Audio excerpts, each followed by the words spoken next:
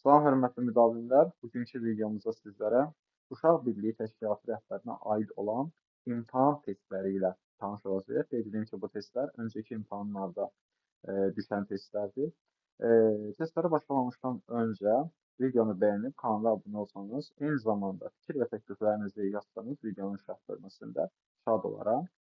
Videonu da öz yoldaşlarınızla paylaşaraq dəstək ola bilərsiniz. Başlayaq test 1-dən. Test 1 bizdən soruşur ki, BMT-nin Uşaq Hüquqları Konvensiyası nə vaxt qəbul olunub? Cavab variantlarına baxırıq. 1959, 1989, 2000, D variantında isə 2012. Burada doğru cavab variantımız B variantıdır. Keçirik ikinci testə. İkinci test bizdən soruşur ki, Uşaq Hüquqları Konvensiyasına əsasən uşaq kim hesabı olunur? Cavab variantlarına baxırıq. 14 yaşına qədər olanlar, 16 yaşına qədər olanlar, 18 yaşına qədər olanlar və 21 yaşına qədər olanlar. Biz hər birimiz bilirik ki, 18 yaşına qədər olanlar uşaq hesab edilir. Yəni, burada doğru cavab variantımız C variantıdır ikinci testimizdə. Üçüncü testimizə baxırıq. Üçüncü test bizdən soruşur ki, uşaqların əsas hüquqlarına aid olmayanı seçin. Təhsil almaq hüququ, yaşamaq və inkişaf etmək hüququ, əmək müqaviləsi bağlamaq hüququ, ailədə böyümək hüququ. Bu test variantında əslində belə deyək, əmək məcəlləsinə uyğun olaraq biz bilirik ki, 42-ci maddədə, əmək məcəlləsinin 42-ci maddəsində 15 yaşını tamam etmiş hər bir şəxs müvafiq qaydada əmək müqaviləsinin tərəfi ola bilər. Amma bu testdə biz sırf belə deyək ki, 15 yaşını tamam etmiş şəxsləri götürməli deyildik axı. Yəni 14, 13, 12 bunlar da uşaq sayılır axı. Təbii ki, təhsil almaq hüququ bütün uşaqların hüququdur. Yaşamaq, inkişaf etmək də eyni zamanda ailədə böyümək hüququ da eynidir. Burada doğru cavab variantımız aid olmayanı götürməliyik deyə C variantıdır. Əmək müqaviləsi bağlamaq hüququ. Çünki bu variant digər variantlara nisbətən doğru cavab hesab edilməlidir. Dördüncü testə baxırıq. Dördüncü test bizdən soruşur ki, hansı hüquq Uşaq Hüquqları Konvensiyasında qeyd olunmayıb? Oyun oynamaq hüququ, əyləncə və istirahət hüququ, seçkilərdə səs vermə hüququ, D variantı söz azadlığı hüququ. Biz bilirik ki, seçkilərdə 18 yaşını tamam etmiş şəxslər iştirak edə bilər. Ona görə də dördüncü testimizin doğru cavab variantı C variantıdır. Seçkilərdə səs vermə hüququdur. Beşinci testə baxırıq. Beşinci test bizdən soruşur ki, uşaq hüquqlarının qorunmasına məsul olan beynəlxalq təşkilat hansıdır? UNICEF, UNESCO, WHO, FAO. Yəni, belə deyim mən sizə, bunların açıqlamalarını internetdə yazaraq özünüzlə araşdıra bilərsiniz. Amma 5-ci testimizin, yəni qısa olsun deyə video üstündən belə keçirəm. 5-ci testimizin doğru cavab variantı bizə ki, UNICEF-dir, yəni A variantıdır.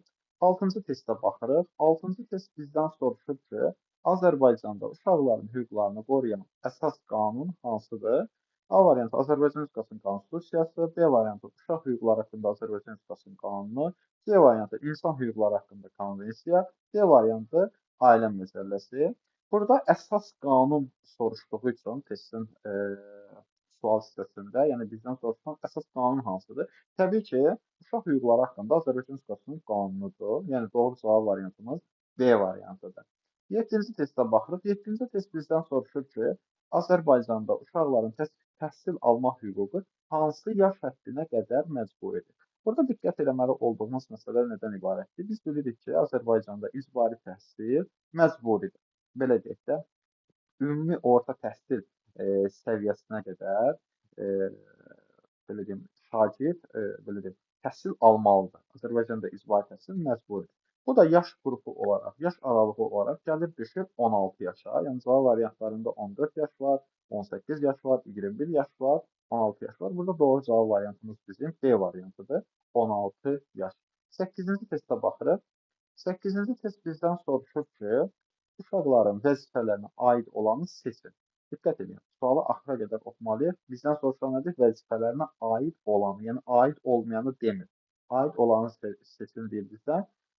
Baxırıq cavab variantlarından. Təhsil almaq, valideynlərini dinləmək, təbiəti qorumaq, hamısı doğrudur. Əslində, burada diqqət eləməli olduq. Təhsil almaq vəzifə deyil, hüququdur. Aydındır. Burada yəni sizi ən çox o çaşdıra bilər, amma doğru cavab variantımız bizim təbiəti qorumaqdır. Yəni C variantıdır. Bu testdə kifayət qədər namizədlər səhv qeydləmişdi həmin dövrdə. Səhv eləmirəmsə 2024-cü ildə olan test nümunəsidir bu. 9-cu testə baxırıq. 9-cu test bizdən soruşur ki, hansı halda uşağın ailədən ayrılması mümkündür? Uşaq məktəbə getmək istəmədikdə valideynlərin uşağa qarşı zorakılıq etməsi və ya baxımsızlıq göstərməsi zamanı, uşaq dostları ilə yaşamaq istədikdə, valideynlər uşağı tənbih etdikdə, burada diqqət eləməli olduğumuz əsas məsələ, burada biz bilirik ki, zorakılıq məsələsi, yəni test özü bizə doğru cavab variantını göstərir. Yəni bu test testologiyaya görə nisbətən asan test sayılır. Yəni sırf 9-cu testdən gedir söhbət. Digər testlərə nisbətən bu asan testdir. Zorakılıq edilməsi və baxımsızlıq göstərilməsi təbii ki, bir uşağın ailədən ayrılmasına gətirib çıxarır. Yəni burada doğru cavab variantımız valideynlərin uşağa qarşı zorakılıq etməsi və ya baxımsızlıq göstərməsi, bəli, doğrudan da uşağın ailədən ayrılmasına gətirib çıxardır. 10-cu testə baxırıq. 10-cu test bizdən soruşur ki, Azərbaycanda uşaq hüquqlarının qorunmasına nəzarət edən dövlət qurumu hansıdır? Təhsil Nazirliyi, Ailə, Qadın və Uşaq Problemləri üzrə Dövlət Komitəsi, Daxili İşlər Nazirliyi, Ombudsman aparatı. Təbii ki, bu testimizin də doğru cavab variantı B variantıdır. Ailə, Qadın və Uşaq Problemləri üzrə Dövlət Komitəsi. Bildirmək istəyirəm ki, videonu bəyənib kanala abunə olsanız şad olaram. Eyni zamanda videonun rəy bölməsində fikir və təkliflərinizi mütləq şəkildə bildirin.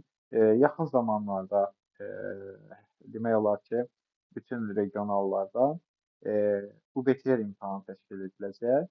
Bir qədər vəzifə öhdəliklərinizə, qanunvericiliyə, əsasən də uşaq hüquqları haqqında qanuna, təhsil haqqında qanuna, əmək qanunvericiliyinə diqqət edin. Ən əsas